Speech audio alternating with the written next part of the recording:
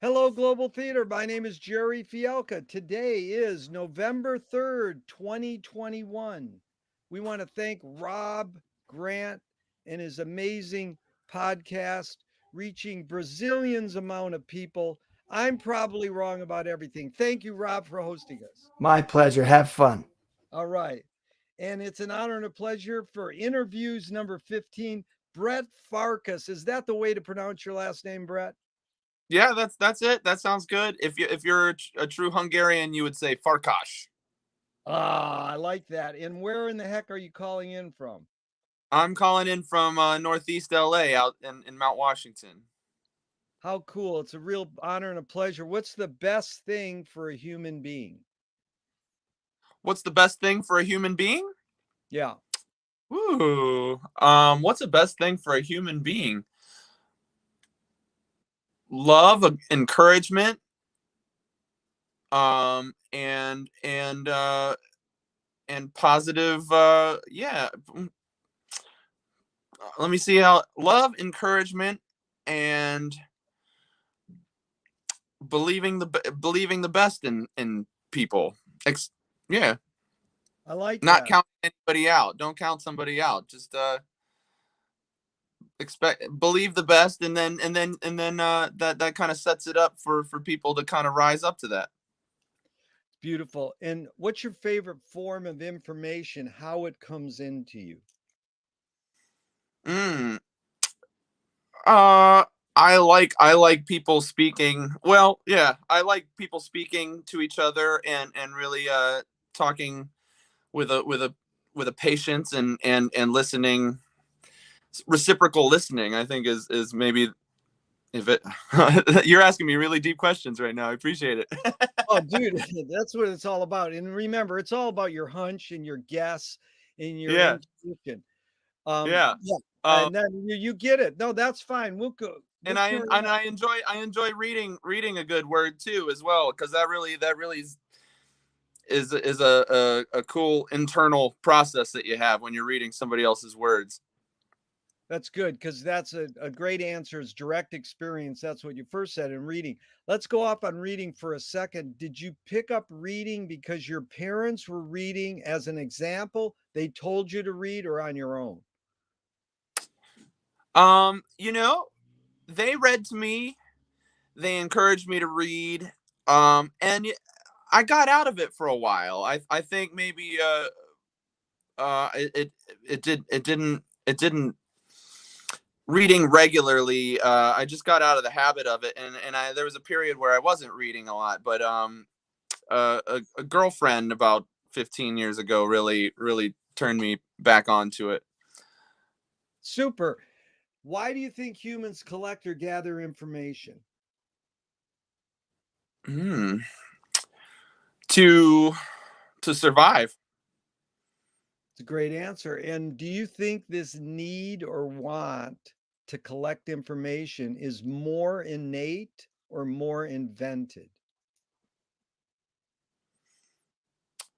I think it's probably innate, and it's been the center of our evolution, and now we're inventing it as we go, and I think it's just been snowballing into inventing more things. Yeah, yeah.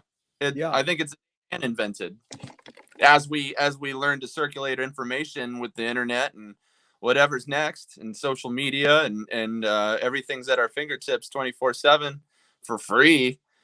uh I, I really think about, like, there's no excuse to not be curious at this point. And it's funny that the more the technology makes it easy to access things, I think you got to remember to be curious in the first place, because now it's all available, and like people get a little shell shocked at how many options they have to choose from too. So or they relaxed into their algorithm that's just picking things out for them. But I think as long as the human brain stays curious, auto curious, that's a good place. I think we're in a gold mine of information to collect if you're curious enough to look for it.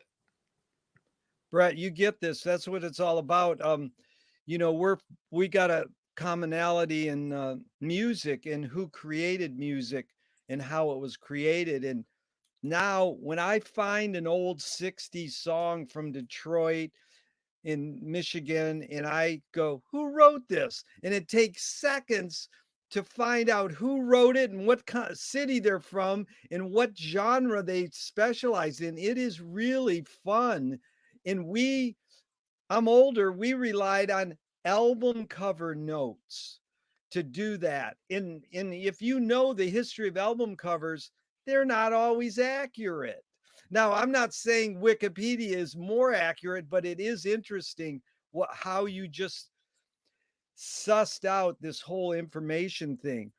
Do thoughts create emotions?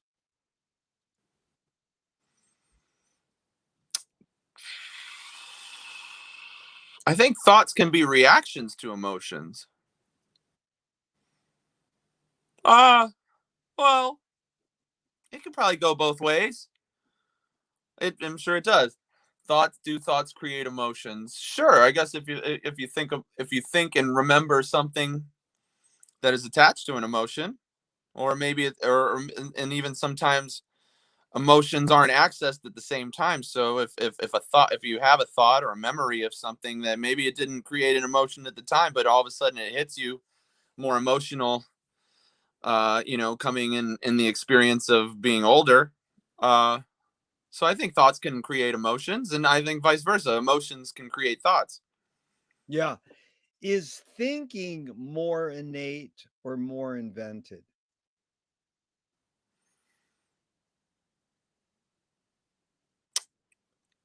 Well, these are great questions. Um, yeah. Um, Thinking more invented or innate? I think again, and I'm no evolutionist, uh, but I think that's been the one of the most evolution evolutionary things is our ability to think, to collect information, remember patterns that you're seeing, and then think about the future. Like, thinking is to kind of think ahead, right? Or think back about what happened, but then put it into context of the present or the future, and be thinking ahead for preparing for disaster, or preparing for whatever, preparing for something good too. Preparing for the best, trying to create you have nothing in control, but trying to create what you can control by thinking ahead and planning out things, and that's led to civilization building, and now and I think it or maybe it's like a simultaneous thing. Is it innate or is it created? Is it nature versus nurture? It's things, they're kind of going hand in hand. Yeah, really well done. And this one is fill in the blank. I don't know what I think until I don't know what I think until um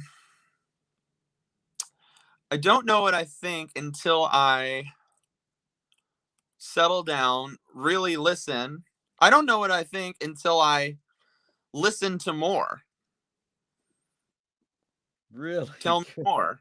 And that is then good. I don't know what I think until I've stewed enough on what it is and maybe wrapped it up in my own personal experience, and then do a little math problem in my head, and I say, I don't even know if I have enough experience to talk on that, so I'm going to chill a little bit longer till I hear something that I can speak on. I think I don't know what I think until it makes sense for me to jump in.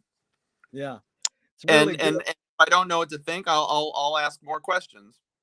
Oh boy, you hit the grand slam right there. That's what this series is all about, inventing new questions and new metaphors. But it's interesting how, Brett, you really get it, because there's no rush. And when I ask the question, usually the person thinks they have to answer immediately. Like that's how dialogue is. And you're taking time to think for a second, which is totally fine. This is the key parts of all my interviews is when the person's thinking there's complete silence. And it's like, oh my God, people are on their edge. They're like, did my internet go out? Or, anyways,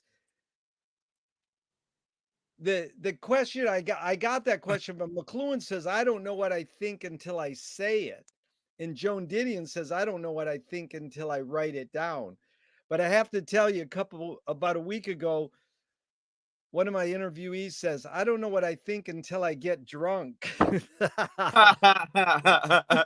I thought was funny because he's a normal guy with wife and kid and responsible citizen. And it's not like he's an alcoholic, but it's like altering that state. So, like yours is settle down, listen more, stew enough, and then maybe ask another question.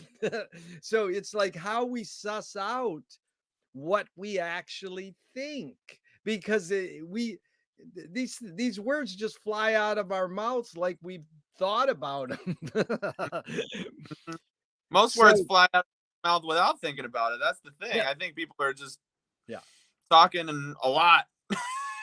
yeah, talking, yeah, and saying nothing, saying stuff. Okay, can humans think without language?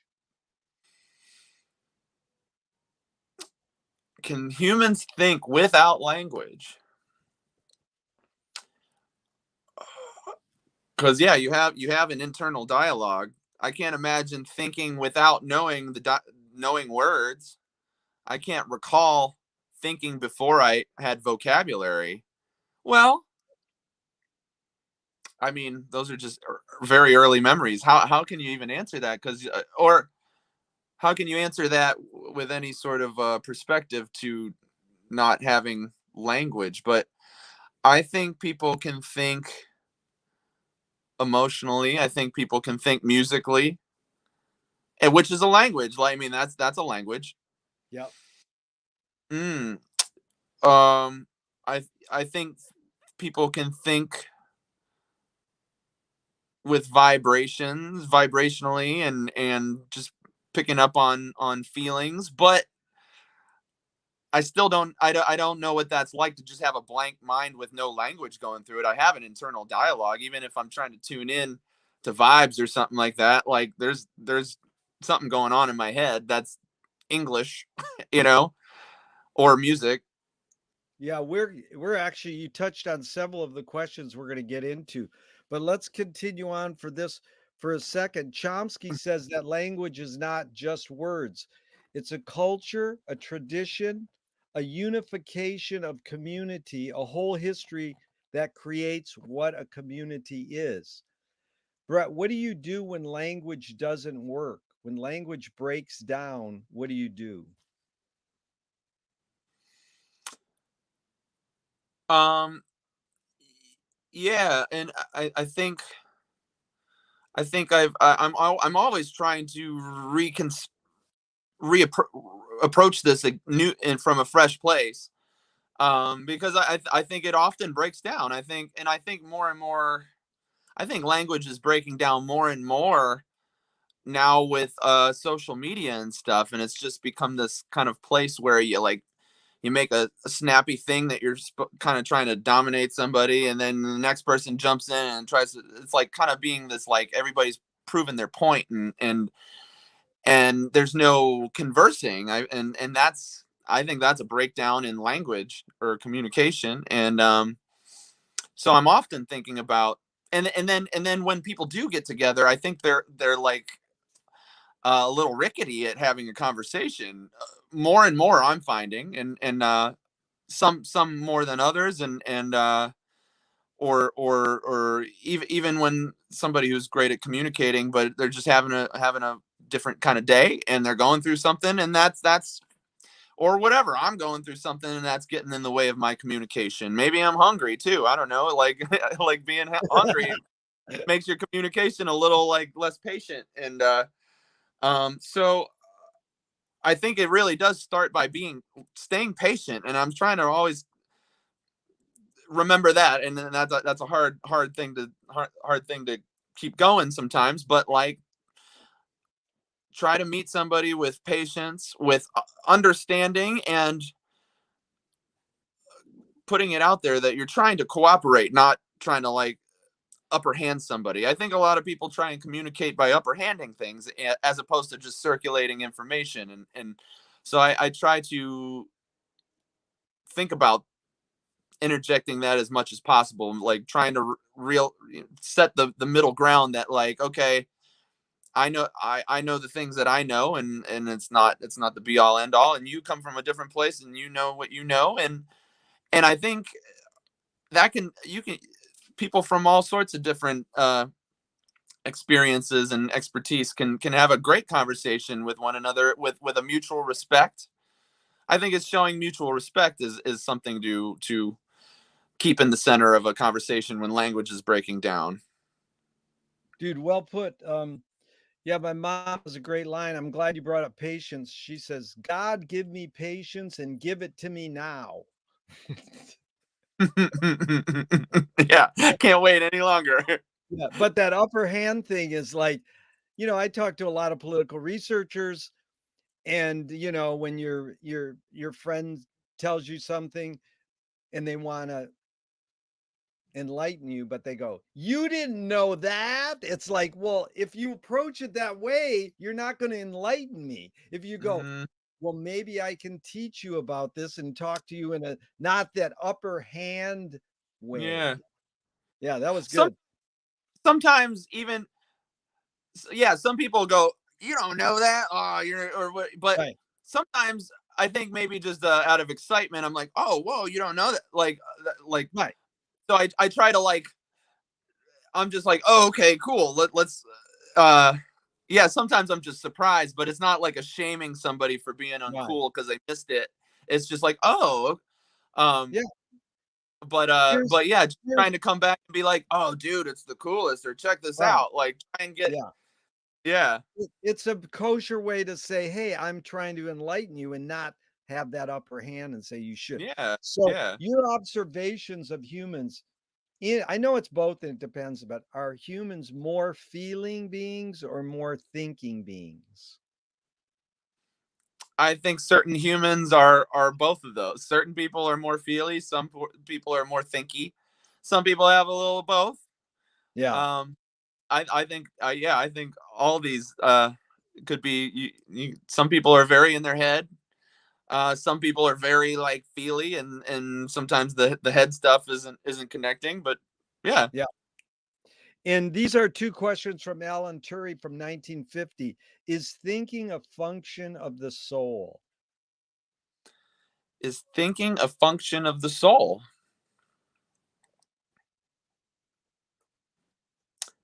I think so. I think so. Um, I think I think that I think the humans have an innate capability to want to create better situations, and I think that's soulful. As as long as uh, when I say create better situations, then it can branch off, and then like one's idea of better situation changes, and then maybe a better situation for one set of people rests on making it worse for other people. So that's a hard thing to say that that's soulful, but in its purity, I think by thinking to want to make things better is an extension of the soul. Dude, it's amazing because this is a new question to my script, and actually most people go, "Well, I don't know what the soul is," and you just added so full to it. So you really tackled it well. The second Turing question is, can machines think? Well, they're starting to, right? Well, they can be programmed, Yeah, and they can keep getting programmed and keep seeing more patterns and patterns that resemble the human cognition. But they don't think in anything convincing to what I think is thinking. good. Do you more pursue happiness or more pursue meaning?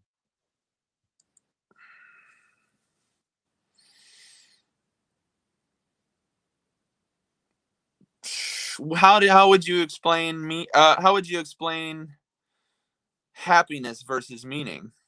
That is great. You're answering a question with the question. Dude, you win. That's what this series is all about. Well, here's where the question comes from. It's Viktor Frankl wrote a book called Man's Search for Meaning. Ah, Basic yeah. Yeah, basically sussed out. It says meaning lasts, happiness doesn't necessarily last. So if we share an ice cream cone and we talk, what might last is what we discussed. But this ice cream cones are going to end, and that taste and that buzz we get from the sugar is going to end. Yeah. So it's sort of bullshitty. A lot of these questions where I go either or. There's not a whole lot of them, but of course it's always both, and it depends. But it is interesting that you approach it. Let's just move on because Is maybe happiness more of like an immediate kind of satisfy some sort of emptiness, or it satisfies not feeling sadness? yeah, I Maybe. mean, it's a man. Many things people always go, well, meaning leads to happiness. Happiness can have meaning. So, anyways, let's go on. Okay. Does the brain more detect consciousness or create consciousness? Like, is consciousness there bubbling away and we're detecting it, or are we creating it? Oh. Oh. May Are we creating consciousness, or is Or are conscious? we or are we detecting it? Like, is it there and we're detecting it, or are we creating it? Yeah. Well, maybe it's like it's one of those things circulating through. Well, to be conscious is coming from within, and we're conscious. I guess if you're talking about the definition of consciousness, is to be conscious of something exterior, to be conscious, to be aware of something. Awareness, yeah. So we're detecting. I think we're detecting oh, our own. We're detecting the energy going on around us. So maybe that's not conscious. Maybe the energy outside of us, our own we have our own consciousness, and then we're agreeing on what's all consistent between all of us. That's good. And I just think there's a bubbling energy out there that nobody's gonna ever explain. What's way beyond us, but our consciousness detects something going on that we'll never understand. Beautiful. What's faster, Brett, the speed of light or speed of thought? Oh, well, I don't under I speed of light sounds pretty darn fast. Um, speed of thought, even, but thinking on thought, like thinking about something you don't know, you still have to think about, and then you go, I don't know, and then, but you may not know the answer. So having the right answer, I don't think means you're not thinking. Uh, Very good. but yeah, speed of thought is pretty fast too. I don't know how fast light really goes. Um, That's good. You tackled it well. There's a poet, Audre Lorde. She says you can't dismantle the master's house using the master's tools. Yvonne Rainer responded and said, you can if you expose the tools. What new tool do you suggest? um, keeping communication flowing and on an even playing field. Dude, that is a great answer. What do you what that was really beautiful. I really appreciate that. What do you worry about when you go to bed at night? Mm, I don't know. Not too. I mean, sometimes money gets tight. I don't know. When I'm winding down, I just kind of I fall asleep. I have no trouble falling asleep unless I'm thinking, unless I've got like kind of something big that that I'm really putting a lot of effort and thought and care into, and I'm just kind of and I when I have nervous energy, when I'm kind of getting ready for a project or something like that, I get a little just un just the nervous butterflies of just like, let's Yeah, get it done, let's do this, and I yeah, can't sleep until then. yeah. So McLuhan learned from a poet that artists are the antenna of the race. They're broadcasting and detecting the hidden psychic hidden psychic effects of our inventions. So you talked a little about social media. We don't know how social media is really shaping us. Some people are more aware than others, but most of us just engage in it. Just like both of us being from Michigan, the auto, people just embrace the car. They never really figured out how the car shaped our behavior. And so what the poet taught him was that we can turn to the artist to uncover these hidden psychic effects, or they're sometimes referred to as unintended consequences. And then we can learn to cope with what we don't like about the invention. McLuhan's main question was, why do we ignore the hidden psychic effects of our inventions, even though the artists, the musicians, the filmmakers are broadcasting them to us? I think because we get so deeply entrenched so quick, and then you can't get out of it. Yeah. Well, how are we gonna, like? You can't go back from having the car. You can't go back from having the computer. You can't go back from having a cell phone that does everything, and like you can't go back. And I think it just becomes about maintaining how to keep your humanistic, uh, keep humanistic in the midst of constantly evolving technology that gets faster and faster and more attached to us, and how to know when not to use it, know when to not rely on it. I think that, and how to teach etiquette around it, around technology. I think with technology that comes out so fast and people get using it and stuff, and all of a sudden, like, certain etiquettes and or just ways of connecting all of a sudden just disappear really quickly. And I think, just elaborating on social media and technology becoming like attached to us now, I think trying to teach a generation of people that have never lived without it now, I think it's important to teach some sort of courtesy around it. Like, just for instance, I was in a restaurant on my birthday, um, and I really have trouble with people that are in public that are blaring their phones, watching whatever Instagram or YouTube or whatever. You can't escape sound. Like, that's one of the senses that you just can't escape. And so, and especially when you're just out anywhere, you're getting bludgeoned by sounds from all directions, and there's usually like three different radio stations and TVs on. And then so you're sitting at a restaurant trying to enjoy your meal, and then there's some like younger people, not teenagers, but like early 20s, sitting across from each other, only staring at their phones the whole time, scrolling through their feeds, both with the volume on full tilt. And these new phones are just like blaring, and they're not good blaring. They're like razor blades coming out. Like, these all sound so shrill and so terrible. So you got two of them. They're not one of them are even paying attention to one thing they're flicking through. It's just like hectic sound moving into the next one, an advertisement, next move on somebody, and then the other person across. And so I just, after like 10 minutes, I just said, hey, I said very kindly, I said, would you mind? I'm just asking you, we're eating right now and there's already a TV on right here. Would you mind just turning your volume down on your phone while you're scrolling? I don't care. You're scrolling and sitting across from your girlfriend right now, not paying attention. I don't care. Do what you want. But And how'd they react? they lost it.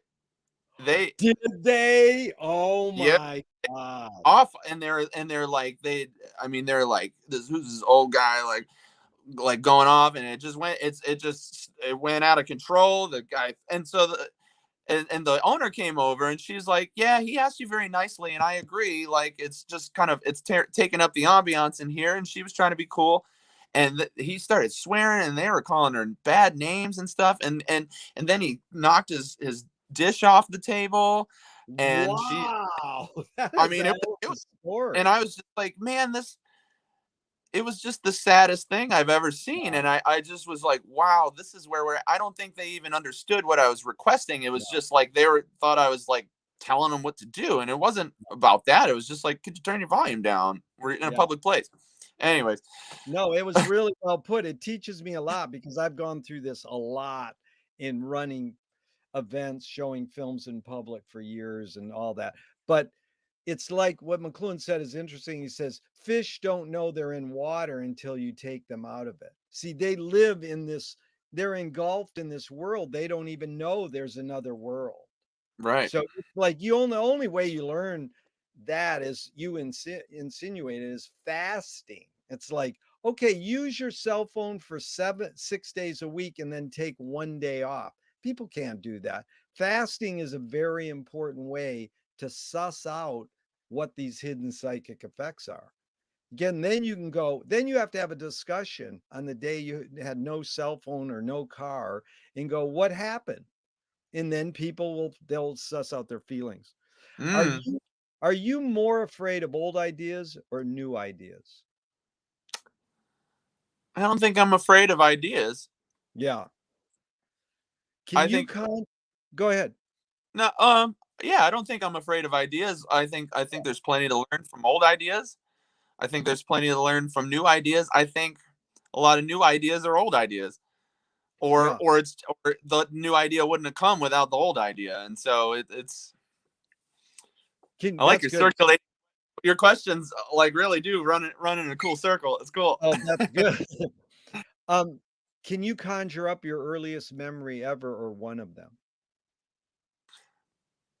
Here's two.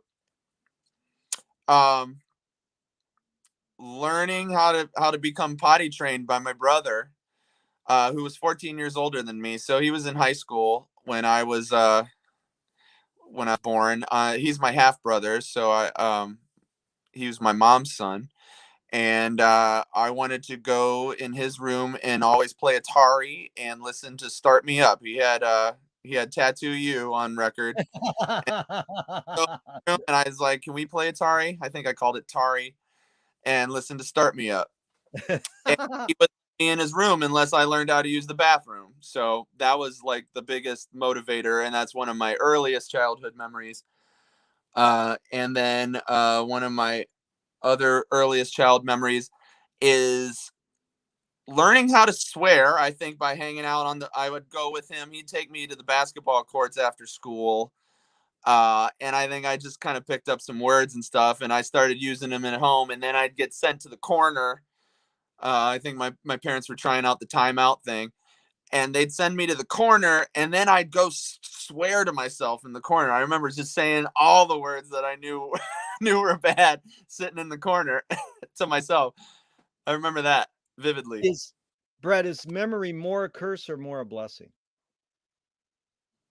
Oh, it's a blessing. I think even if you feel like it's something that's haunting you. I mean, I think there's just how do you learn and how do you move forward without remembering having some sort of recollection of how to get better. Or yeah, I think memory is and thinking is about trying to better yourself in whatever Yeah. way you think that is, and better your approach to moving forward. So I think it's a curse, or excuse me, it's a blessing. Yeah. You touch on this a little, maybe it's your older brother, but tell me one person within your immediate family that had an impact on you, and what was that impact? I mean, the cursing one was one you already stipulated, but maybe another one, just briefly. Someone who's like a role model within your immediate family, and then the second part is outside your immediate family. And what was that specific influence? Hmm. Um. Well, I think equal, and so really, like my brothers, my half brothers, they were all older and mostly out of the house. My brother, I was born in Pittsburgh, and that's where my mom was from. My dad's from Detroit, from Allen Park, uh, and so and then we moved to Florida when I was 3, and then my brother stayed up in Pittsburgh and finished high school. and then yeah, it was mostly me and my mom and dad for a lot of my life, and as my immediate family, and so I would just say my both my mom and dad together are. What'd you mainly get from your mom and what'd you mainly get from your dad? Just briefly. Yeah. Um, hmm. I think I got yeah, from my mother. I mean my mother is a very loving and very in a very both my parents, I think both my parents in their own way have a they're very planned out people, and they have a foresight, and they're very practical, and I'd say it's but from my mom I think I got like maybe more of my social kind of social personality and whatnot, and she exposed me to um well, man, they really work together. They just I'm just so appreciative to both of them, and I'm trying to, because anything that I could say for my mom, I would probably say also my dad, but just totally in a different way. They both have different styles, um, but I think I got my creative knack from both of them. My dad's more he's more artistic. He's a photographer, and he grew up doing art and things like that. But my mom has always had an appreciation for art and an eye for it, and an ear for it, um and they just really nurtured when they found out that I had a knack for it and I took to it. They just really nurtured it and pushed me. They gave me the right amount of encouragement, but not like phony get a trophy kind of stuff, like um Well, no, you constructive. answered that well. That was good. Now, outside your immediate family, just someone who had an impact on you. Yeah. um and that's really hard to boil down to one person as well, because I feel really fortunate, uh, just coming back to being a musician and stuff, is that I'm constantly around people that are having an effect on me deeply, like it all the time, and so some of my earliest like my earliest teachers, music teachers, and then as I learned, I learned from a lot of different teachers, and they all offered points of view and perspectives to it that just kept me completely enamored, and just tunnel vision on it the whole time, and so I would say, yeah, I mean, from my first guitar teacher Marv Conrad to and then I started taking lessons with guitar lessons with a teacher in Ann Arbor called Jake Reichbart. And at the same time, I learned from a jazz pianist named Harold McKinney, and he was a big influence when I was in high school, about 16 to 18. He ran it was called the Jazz Workshop, and it was down off of Woodward, at this place called the Serengeti Ballroom, and it was above a VFW hall. um, and he would do this thing every Thursday at 8 o'clock, and he would he had a rhythm section, and he would bring in all his friends, and I mean it was Detroit legends, and I mean that's the history of jazz in Detroit is deep, and the lineage goes back, and it's a foundation in that city, and to learn that language from Harold McKinney and his whole cohort of people, and then there were like the younger players that were like in their 20s and stuff, that were I mean, like world jazz musicians. James Carter was there, and Kareem Riggins, and like there was like a 90s jazz, like jazz in the 90s. There was all these younger players and stuff coming up to really to look at, and Harold brought all those people in, and then I met a whole bunch of musicians, learned how to play with people, um and Well, that then was then when good. it That was good. But let's go back for a second because that was really beautiful. Because yeah. I'm there with you all the way. We are so fortunate in Michigan with the roots in the Elvin Jones and his brothers, and just it goes on and on. And even Sun Ra was coming out a lot of out of playing in Michigan a lot, and just the whole tradition of true blue jazz and blues and rock came out of Michigan. But I'm curious, what first attracted you to pursue music? So, your brother's playing the Rolling Stones, Start Me Up. And then walk us through, when did you get to that point where you were saying, I want to do this? So you're hearing music and your brothers are sort of helping direct your taste. When did you say, I want to do this? Mm-hmm. Yeah. So I when we moved up from Florida, we moved to the Detroit area in 1990 when I was 10. Um, and till that point, the schools in Florida didn't offer, at least where I was going, they didn't offer music lessons. And my parents always said it's like you either play baseball or nothing, like in Florida. So, and um, uh, but we moved uh, up north and got to the school district in fifth grade, and they said, "Do you want to play an instrument?" And I was like, I didn't even know kids could have instruments. I didn't know it was a thing. Thought that was for adults. Um, and so I picked saxophone, and then they're like, and we came in October, so the school year already had gotten going, and I said, and they said, we have too many saxophone players, so what's your next choice?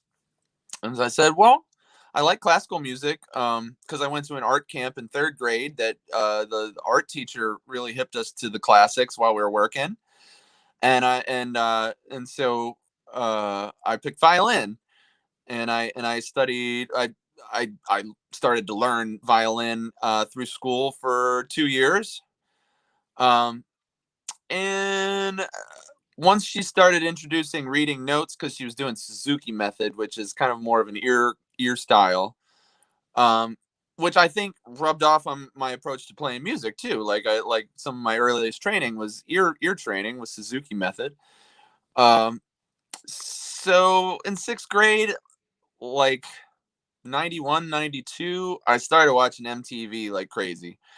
Um, and I call summer of 91, like that's when I started really getting into popular music, uh, rock stuff that was just current on MTV. So they were playing Guns N' Roses. They were playing. Yeah. There's. I mean, it was everything. It was like rap, and it was like and rock, and it was like a switch. There was the switch over from like the hair bands to like the grunge stuff. So like the Seattle, like Pearl Jam came out, Nirvana came out, Soundgarden. That stuff really rocked my world. But still, at the same time, they were playing older videos too, and like Depeche Mode was on, and there's just so much stuff, and 90s R&B. So yeah, just MTV in 91, 92, that really got me hooked. And I was just pretending like the violin was a guitar by sixth grade, and so for my birthday in seventh grade, I got a guitar, Squire Stratocaster, for my birthday, and my parents got me guitar lessons. How nice. And so, how much are you a lyric writer? Are you mainly a music writer, or both lyric and music? Yeah, I write lyrics as well. Yeah. And so, what's the roots of your lyrics? Is it other songwriters, or did you grow up like reading poetry? How did you come to, like, same thing? Where did you go? Well, I can do that. So then Mhm. you have the guitar and you start playing the guitar and you go, I can do this, and you learn. But how about lyric writing? How did that come about? Yeah, well, I'm not as natural with lyrics as my guitar and chords and melody and rhythm. Um, I find that uh, my home base, but lyrics, some come out easily, some don't. And so I started deciding that I wanted to sing my own stuff. And that's a good question too. I don't think I totally listened closely for lyrics until later in my musical career, where it was more like the music itself drew me in. I could care less what somebody was singing about. Yeah. Sometimes it'd be like, okay, cool, but Yeah. lyrics never really meant much to me. I've never been a poetry reader. I just don't. It just goes over my head. I don't know what they're talking about. Um, but I think yeah, I just decided I played in so many bands, and I just realized I just wanted to start playing my own music, like fully my own music, and to do that, I mean, I play instrumental stuff, but I also I wanted to hear vocals, and I wanted to just try writing my own lyrics. So I just started writing my own songs, um and so yeah, that so I didn't really start singing or very seriously, at least, in writing lyrics until probably about 15 years ago. Right. I just played in bands, and I contributed to the lyrics, or it'd be like, switch that word, or here's like a phrase I have, here's a chorus, but I don't know what else to do. How about you write the rest? And I would always play guitar in bands, but then about 15 years ago, I started writing my own tunes and starting my own bands where I'm singing and that. Writing the songs. So a screenwriting teacher told me that a great film or a great song is when you can clearly see the intention of the maker. Stanley Kubrick says the opposite. Great film or a great song is when you can clearly not see the intention of the maker. What role does intention play in your creative process? Um, I mean, intention's everything. I think I'm being like, even when I'm embracing a mistake, I'm intentionally embracing it. If it's too gnarly, I'm like, we got to go back and get that, or let's sort this out. But uh, sometimes I'm like, let's kind of get it loose right here, and that's an intentional decision to like embrace that. And I think intention is everything. Intention without expectation, I think, is the sweetest spot about intention. Wow, that's a great way to put it. Brett, and Duchamp said there's no art without an audience. How much are you thinking of your audience when you're writing a song? Uh, Rarely. Not. I Yeah. I can't say that. I don't know. No, I'm not. I think maybe sometimes I'm like, I want to write it like for the exercise of it. I think I'm like, I want to write a song that makes people dance, or I want to write I don't know. I'm it's I don't know. I think it's just the intention of like, I want this beat here. I'm not thinking of an audience. No, Right. my music goes so many places. Like it's really hard for me to even settle on a genre or something that I love how music juts out into all the ways it does. So to think of an audience, that's never been a concern. That's interesting because Walter Pater says all art aspires to the condition of music. It's like music is so cool that painting, photography, architecture, literature all wishes it could be as cool as music. Because music is like, so wide open. Like you were saying, you don't have to write for a particular genre unless Hmm. you want to. And there's Yeah. nothing wrong with it. But I like how like scientists and like hard empirical fact number crunchy kind of scientists. I'm not calling them number crunchers, but people that right, really think that kind of like mathematical, give me the facts kind of thing. A lot of them, or some of the people I've been reading, I really like how Carl Sagan kind of like gets to a point where he's like, and God is music. He just like, we know all this stuff about the calculations of the cosmos and stuff, but there always is this like, but how did it get there before, and like, what is it like, and they can never answer that. They always stop at that point where it's like, well, what is it though, and then they stop there and they're like, God. It's They kind of stop and they're like, that's for religion and spirituality, and probably the clearest example of that is music, and the mankind's innate quality to create it. really well put. And did your parents raise you a particular religion? I grew up as a Presbyterian Christian, but nothing too. It wasn't. I wouldn't say it was strict. But I grew up in, especially in Florida, like it's the Bible Belt, and so I went to Sunday school. I did Cub Scouts through the church, and then but then when we moved up to Detroit, we never we never found like a church home that like we had in the South. So we kind of just got out of going. So I just knew I was raised Presbyterian, but it just kind of more and more just didn't it wasn't a habit in my life anymore. So it wasn't strict. Do you pray? No, sometimes I sit down and think about gratitude and people in my life and just for the blessings of I like to think on the positive things that I have and think about other people, the people that might be going through things and stuff, and just send some thoughts out. But I don't know if that's considered. Beautiful. If God does exist, what would you like God to say to you after you die?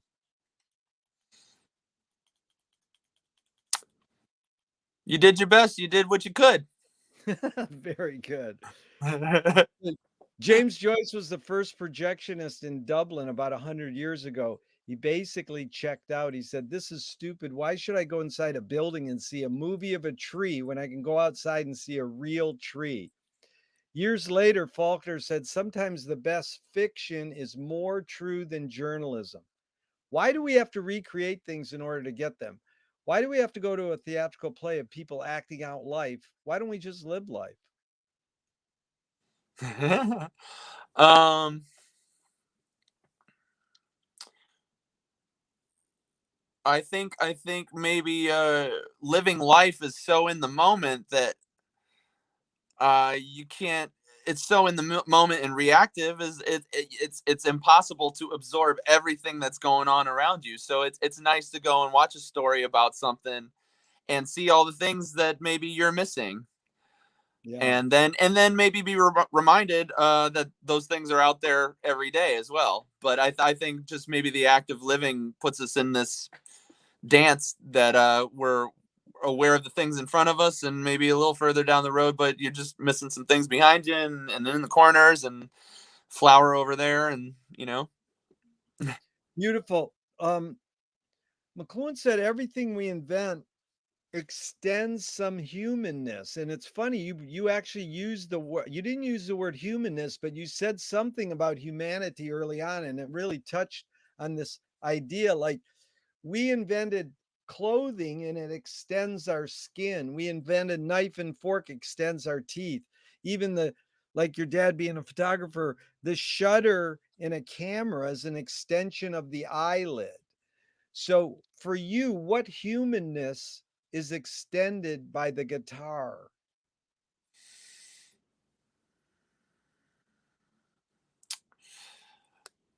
Vibrations. Great answer.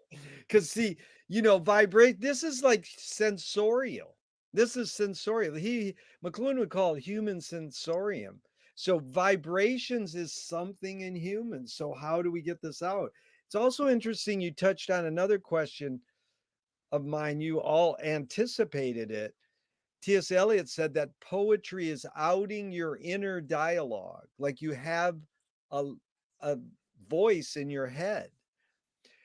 What language is your inner dialogue in? English or music. Yeah, I was going to say, what form is your inner consciousness in? In music. Yeah. But are you like, you also touched on this. Thelonious Monk said music is math. And so are you, when you say music, is it auditory or is it pictorial or both? Like, are you seeing notes on paper or are you hearing an inner music? hmm I hear an inner music. Um, I hear an inner music, but I'm a working musician and stuff. I have to read and I keep maps of there's a map going on, and like this is this part of the song, and it's going to change over here. And I did a gig the other day where I learned about 40 songs for a party, for a wedding party, on bass, and got there and realized that I wasn't getting the emails from the singer because they were going to my junk bin for some reason. And the emails from the singer were all his new keys of all these songs that I'd learned, kind of like a lot of them. Like I learned a lot like in a short amount of time. And so so so that particular night wasn't as easy as just flowing and jamming on some stuff that I just learned, but I then also had to make these, it's a calculation to transpose into these other keys. Some were easier than others, but some were like totally on the opposite side of the circle of fifths. And so you just had, but you play enough, and if you can do those, I would call them calculations. It's shifting exactly Yeah. over to the next thing, but you just have to know where it's at. So that was more of a mathematical kind of gig. Yeah. Yeah, you had to transpose on the spot. On the spot. Yeah. Yeah. It's Which, not like one of those buttons on those keyboards where it'll just transpose for you. right, right. And it went pretty well. I mean, we all learned a bunch of songs in a short amount of time, so we were all kind of helping each other up. But it was great. We all had a good time, and I came home being like, "Dang, I was a little worn out." Brett, what's the function of music? Well, I think to get this other language, that's this other vibration out of us, or this vibration that's in us all, like whether you can play it or you can receive it. And I think it's a way of coming together. I think that's the function of music, is bringing people together through uh, a tune or a rhythm or both. And I think, yeah, I think it just establishes community like immediately. Beautiful. That's really well put. Um, what's more fundamental, language or music?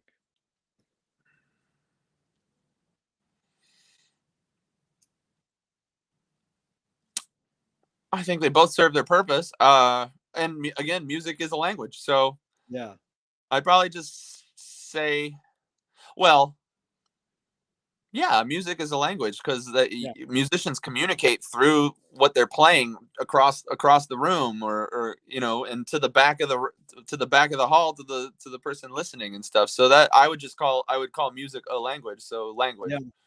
It's interesting because Mickey Hart, the Grateful Dead drummer, wrote a great book on music. He said that music was started, and this is his theory by studying, as a warning system. Like they would hit the logs, that mean they're coming to steal our food. So it was a warning system, like, or Hmm. a communication system.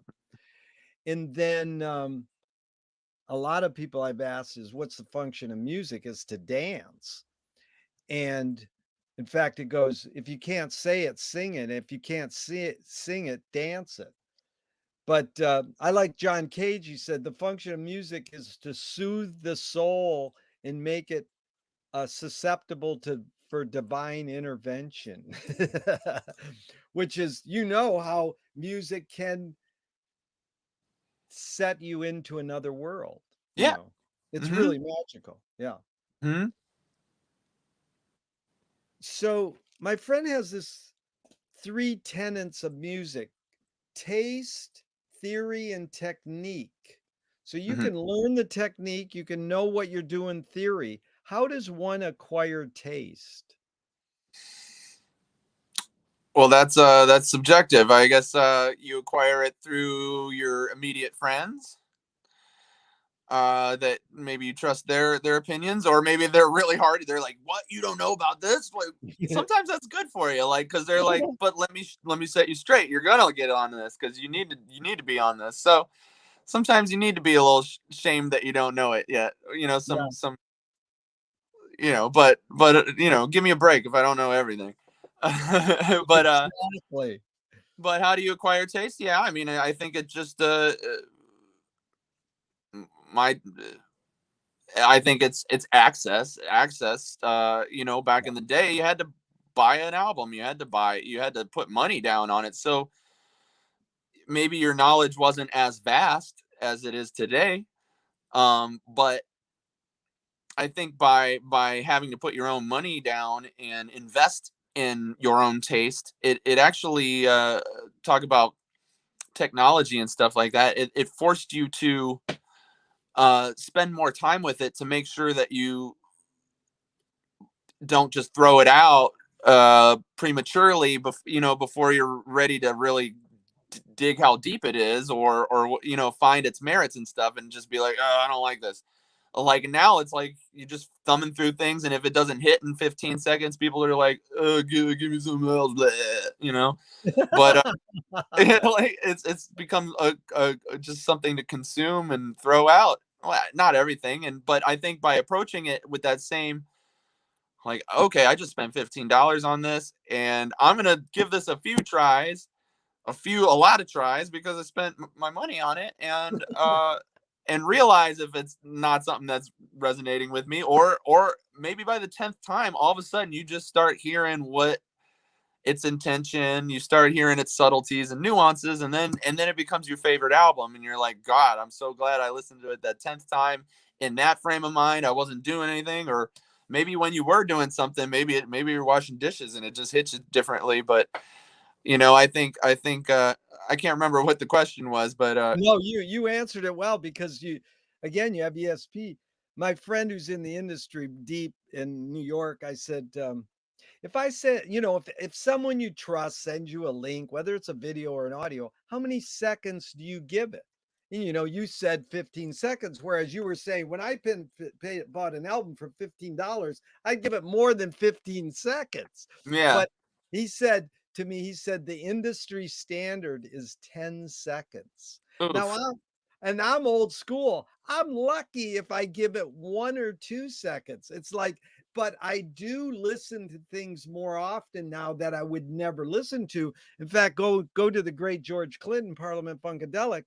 I says, what kind of music do you like? He says, I like the kind of music that pisses me off so I can figure out why I don't like it. Mm. So, that's very interesting. Mm. So, um, Yeah, I like that. yeah, I dig that. yeah. So, I mean, you really uh, said that well. Um, Copeland has the 4 elements or ingredients of music: melody, harmony, rhythm, and tone color. In layperson's terms, how do you describe what tone color is? Yeah, well, okay, yeah. How about I just talk about it in terms of guitar? Well, I mean, it could be any instrument, but tone color is speaking to the actual to the I think to like the texture Yeah, of a note, or of a chord, or of the instrument itself. Like even what instrument you pick to play that melody or to play that rhythm, and then what tonal color does it have? Yeah, I mean, and what range is it in? Like you can play that chord up the talk about a keyboard. You can play it up the keyboard. You can play it kind of in the middle, and it's supportive. And it tone color.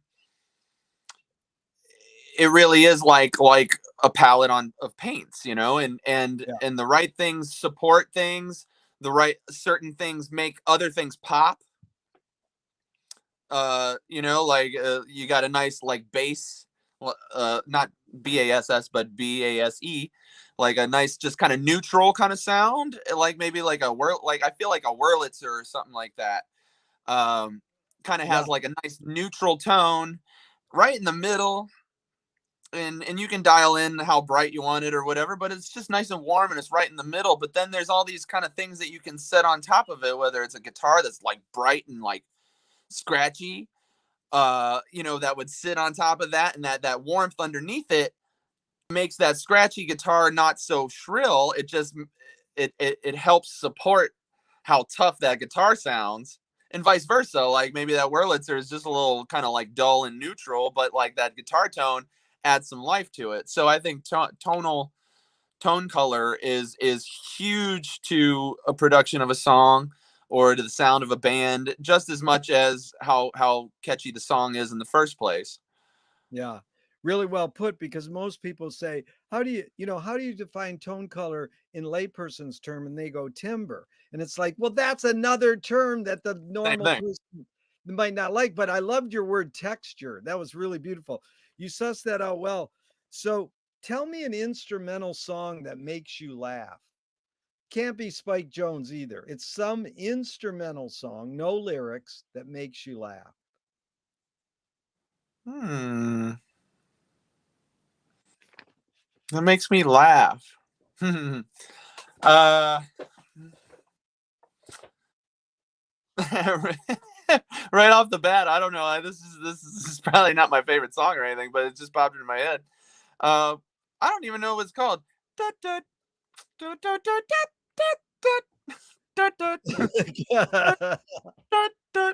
It's like the whistle while is that whistle while you, no, that's not whistle while you work, but it's kind of got that same thing. But here's what I like, Brett. Me and you, I mean, I am especially a name dropper. I go up to every guitarist at Bill Todd's gig and say, who'd you start with? And you said, like Slash, and it's all name dropping, but it gives us references. And Yeah, one time I asked this guy, who are the your three favorite funk guitarists? He goes, I don't know, the guy who played behind Joe Tex. And I goes, that's so cool that you're not telling me his name. I could go find out, but I know the sound and we don't have to drop names. So that was yeah, good. Anybody can figure out that song title on their own. yeah. And that I'll was tell you good. two other song titles though. I'd take "Grazing in the Grass," Oh, yeah. and then I'd take "The In Crowd," Ramsey Oh, Lewis. oh, really great. That stuff makes me just a giant smile come on my face. Yeah. And it's a music. The great thing about music is you don't work music, you play music. Play is what's the Yeah, key word. yeah.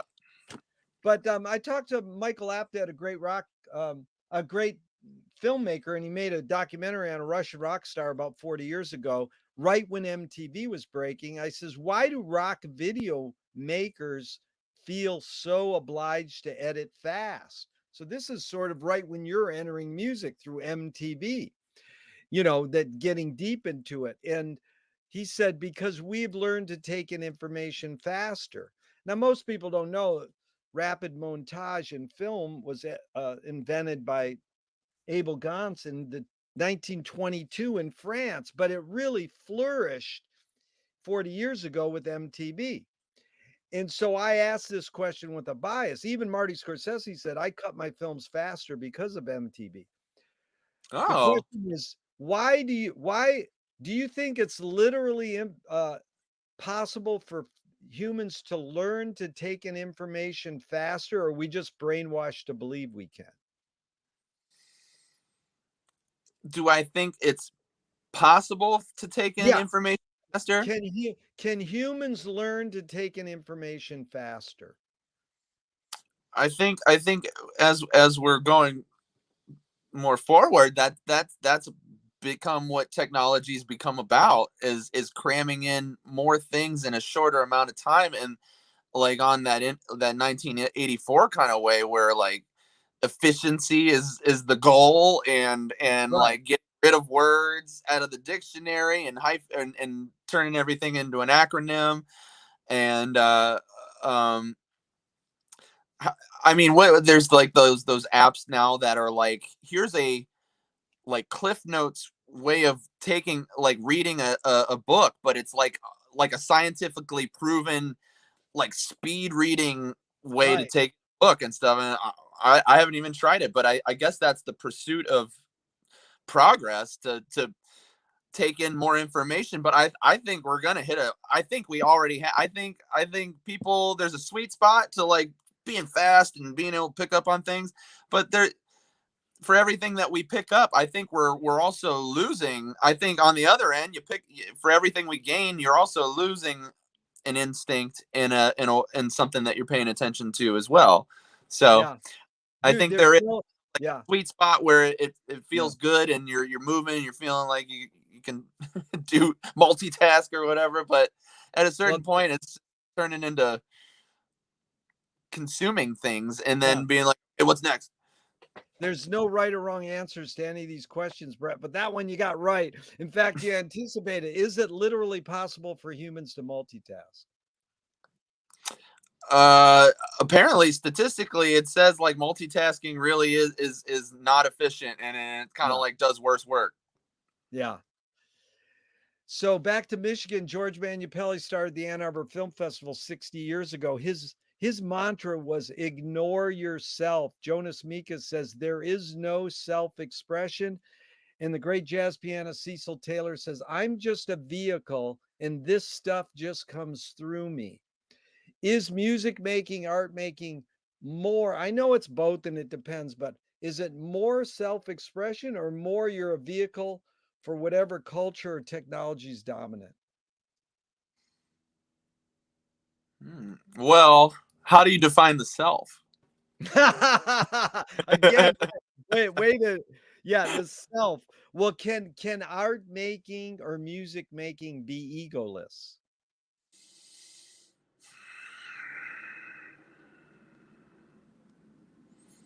Yeah,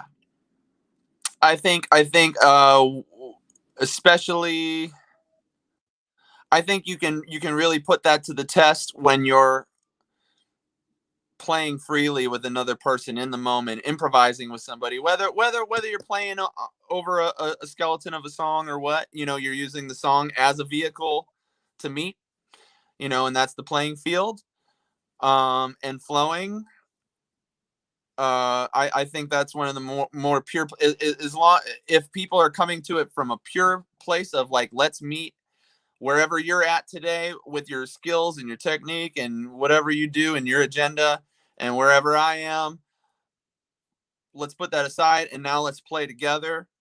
And what tunes, let's play something where we don't have to think too hard and where we can just meet right in the middle and go with what this is. And I think that's a very beautiful cool, and it's like it's the example of cooperation Yeah, and that's the magic. meeting of minds, and when something really is that pure and effortless, and I mean it's as hot, it's in the same zone as having great sex, or like, and that's how sacred that is, how sacred it can be. And some people come at sex in a kind of like a, man, are you participating in this or what, like, but Yeah. when two people got a chemistry together playing music can really to the layman, I compare it to that because everybody knows about good sex, hopefully. um Dude, that was so well put because or if you know they when, approach having sex like the idea of from a, when, if you know how good it is when you're playing great music with somebody that's really getting it, then if you can approach sex like that, then you're in a good zone. it is really well put because we started off talking about thinking, and Bridget Bardot says, I don't think when I make love. And it's like, good luck. But when you're playing music with another person and you're not thinking, but you're relying on the lexicon and language that you've developed, you can get lost in that. Mm-hmm. Mm-hmm. I mean, I talk to all the musicians Bill Todd hires, and all the drummers know Vinnie Colaiuta, the great drummer. And when he played with Frank Zappa, that's what happened. Frank and him would just go into another universe, and they were communicating on another level, you Mm-hmm. know, with that percussiveness, because Frank started as a drummer and Vinny's sort of like one of those Godhead drummers. So I know what you're talking about. And it is a magic moment when you can do that, either in the bed with your lover or on the stage with another musician. Yeah. Really well put. And so yeah, and I wanted to talk about that for a second, about being a reflection of the technology and the culture that's dominant, because they asked Ginger Baker where he got his drum sound from, and he says, well, I was in London when they were bombing us, so it was like this. boom, boom, boom, boom, boom, boom, boom. And it's like, dude, that's where he got it. And then another drummer, um, the great James Brown drummer, lived in Ohio, and he says, on one side of my house was a train track, and the other side was a factory. So that's the architecture of funk drumming is and it's like right there. But the guy from Negative Land nailed it when I asked him that question. He says, Missy Elliott learned how to sing from car alarms. Yeah. So it is an amazing thing how much we're influenced in what we create by our environment, you Mm-hmm. know. Mm-hmm. And is perception reality? No. Well, it's your own reality. Perception is, yeah, perception is your own reality, but it's not consistent to what may be really going on, and it's not consistent to how everybody else is experiencing it. Yeah. Brett, tell me one major element of your creative process, your creative output that's changed since you started, and one major element that stayed the same. Yeah. Mm, I think I think my musicality is probably always changing. But I think trying to get further and further away from technique, uh getting away from technique running the show, Wow. and just constantly working on having you want to have the technique, because that, and just constantly trying to work on the technique being the way to express exactly what's in your head and in your body, or yeah, like you hear basically having the capability, having the facility to execute whatever idea you have.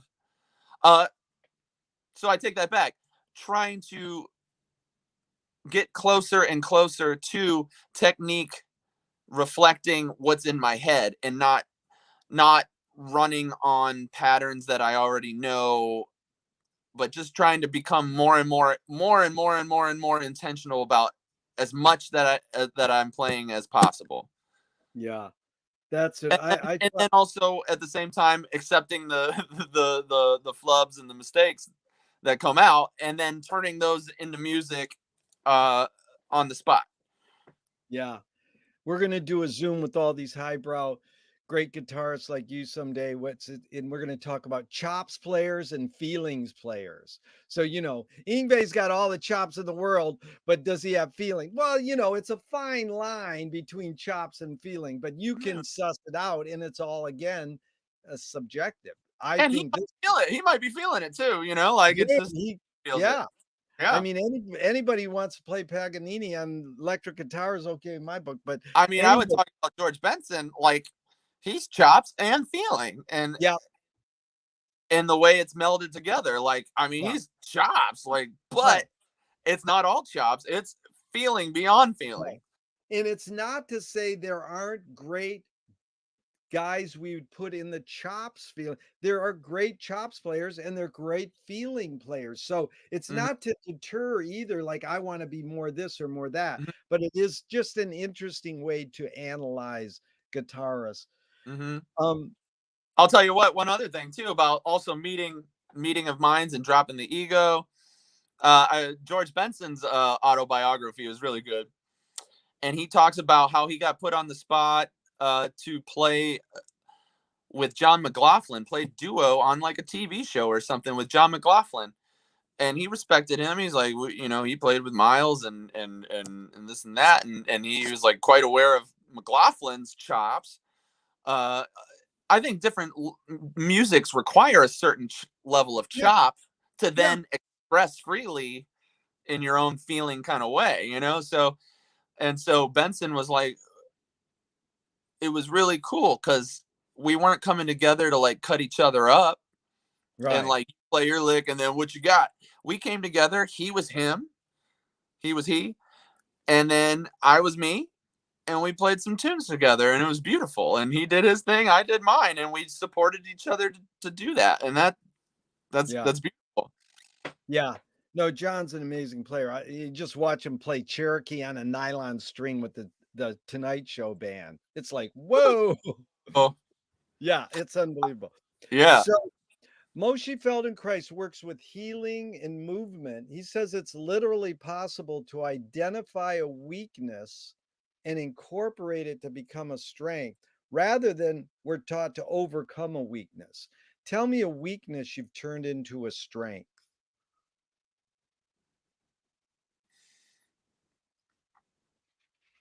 Yeah. I think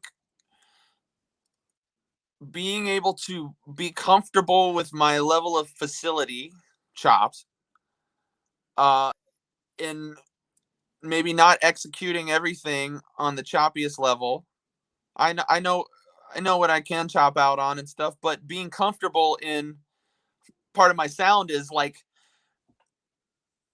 maybe my expectation of what I want it to be, and then my facility meeting that, and it kind of like comes to a place in the middle, and then I have to decide on the spot. Okay, don't go for that ridiculous chop. Kind of chill back, and now just how are you going to serve the song for where you're at right now Yeah. with the idea in your head that you're aspiring to, but don't go for something that you can't do. I mean, you want to shoot past where you're at. That's also a part of it, but like kind of learning how to adjust to fit your own agility in the moment and make that as musical as possible as much as you possibly can. Yeah. Really well put. And Brett, rate these three elements in your accomplishments. You've accomplished a lot. Luck, skill, and ambition. What played the highest role, second, and lowest?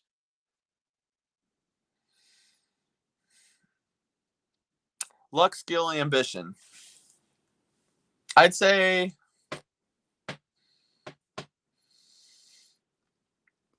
I'd say skills probably at the top. Um, put a lot of work in.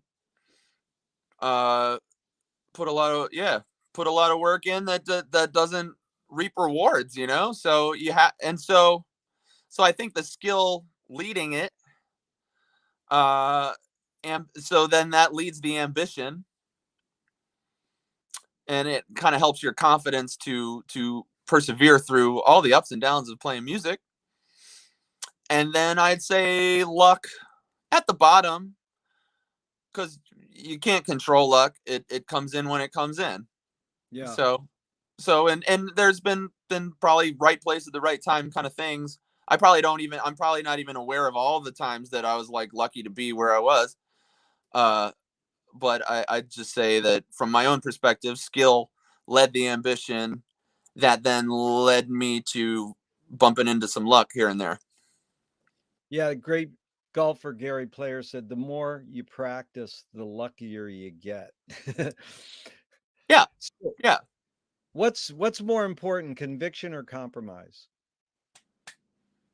Conviction. If you were walking down the street today and you met yourself as a 12-year-old, what would you say to your 12-year-old self? Yeah. Uh,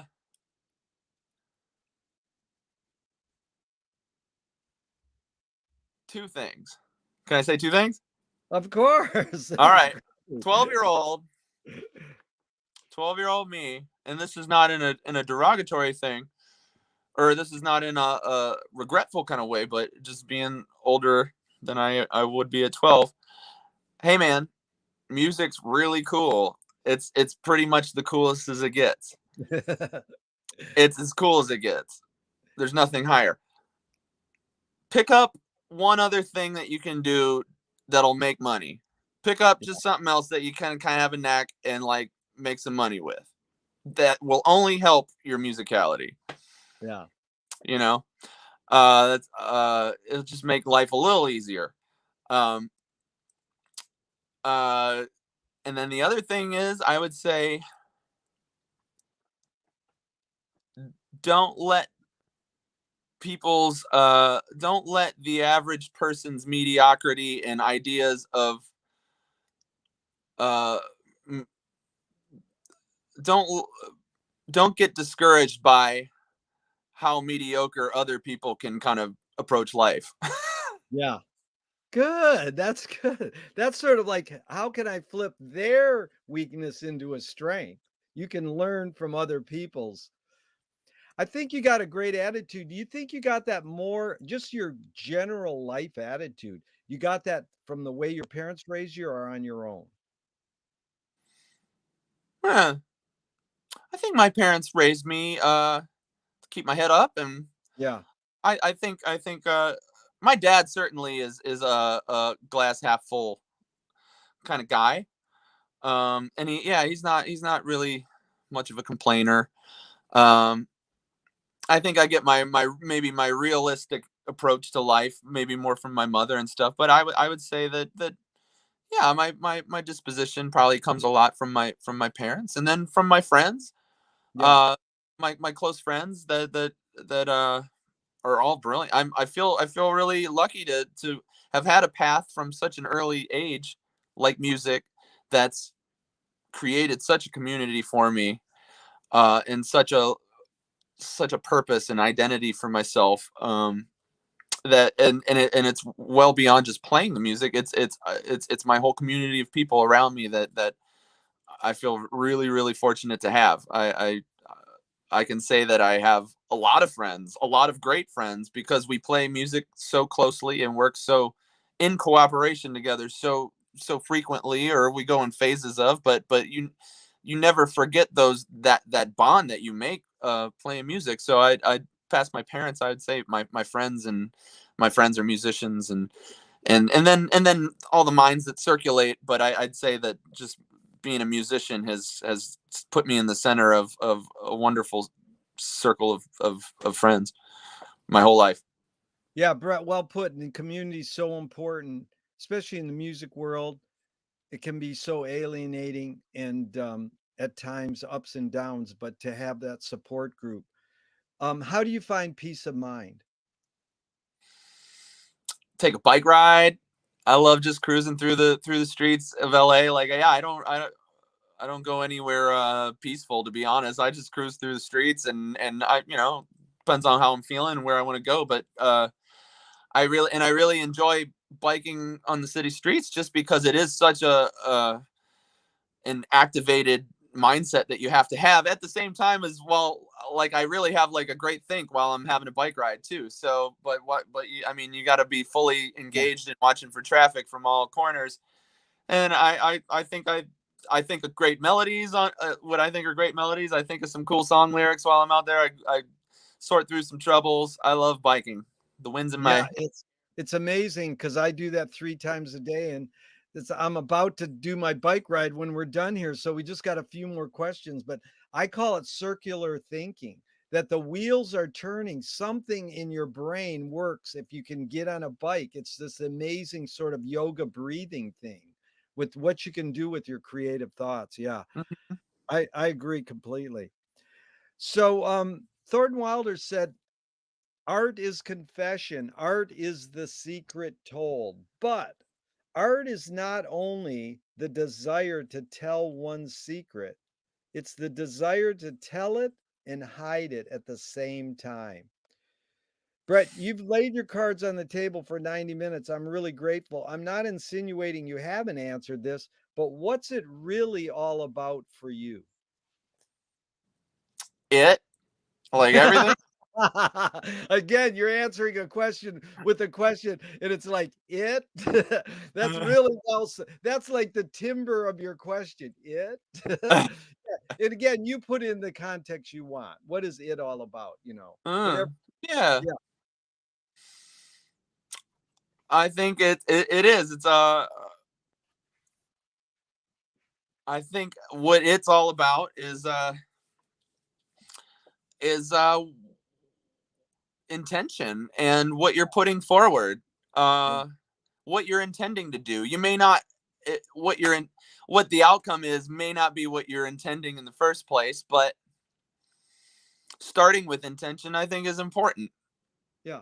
And at the end of the day, like, and you look back and you go, well, I intended to do this, it didn't go well, or I didn't see this coming, or I intended the absolute wrong thing. And then from intending something, I think you can then reflect and reassess, and you can work with it a little bit more. But I think starting with some intention and just looking at, yeah, intent. Let's just leave it at That's good. intending, being intentional. Yeah, no, it's good because it reminded me also is like we call that turn a breakdown into a breakthrough, like you said, the exception, or like a rejection into a redirection. And I love to give the example of Iggy Pop saying his band was so bad at imitating the Rolling Stones, they helped invent punk rock. so Exactly. so just a couple more. And here's the it thing again. It's funny. These are 5 Alan Watts questions, really brief, just off the top of your head. Who started it all? Who started it all?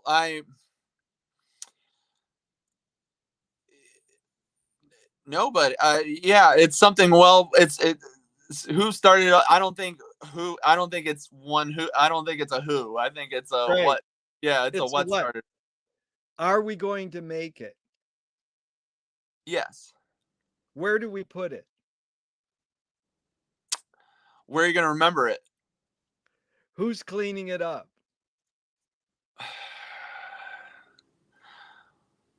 Hopefully, you can clean up after your own messes as much. Beautiful. Is it serious?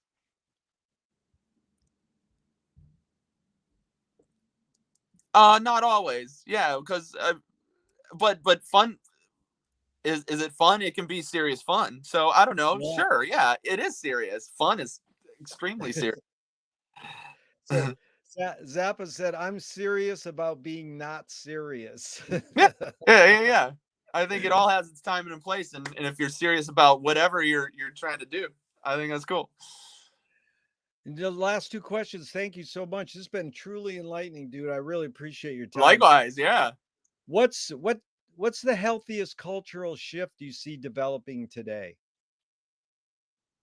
Um, I the healthiest cultural shift going on is the exchange of information that we're privy to, and the amount of access that we have. Um, that's creating, you know, a more just society. I think unlayering uh racism and classism, and I think, and it seems like maybe it's still not there. It's clearly not there, but I think little by little it's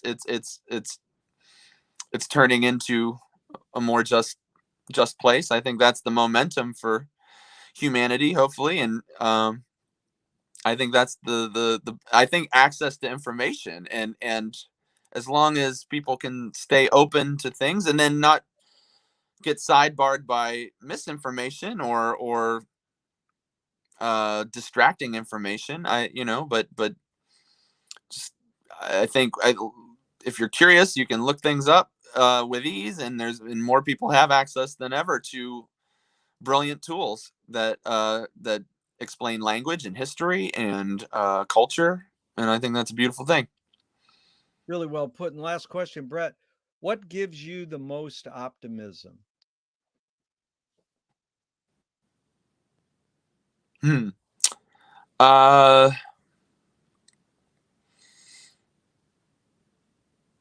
just being around my friends, and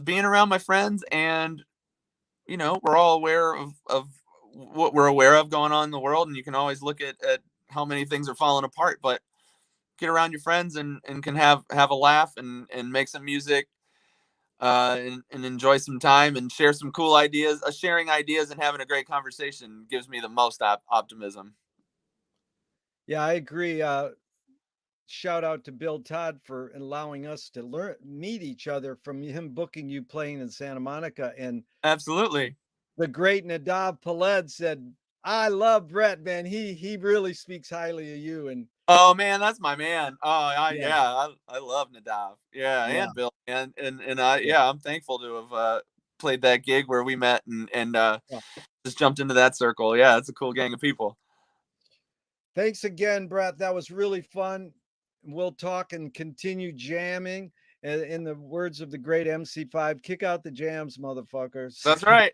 All Yeah, right. yeah. Thanks, Jerry. Later, man. All right, we'll talk Over soon. and out. Okay.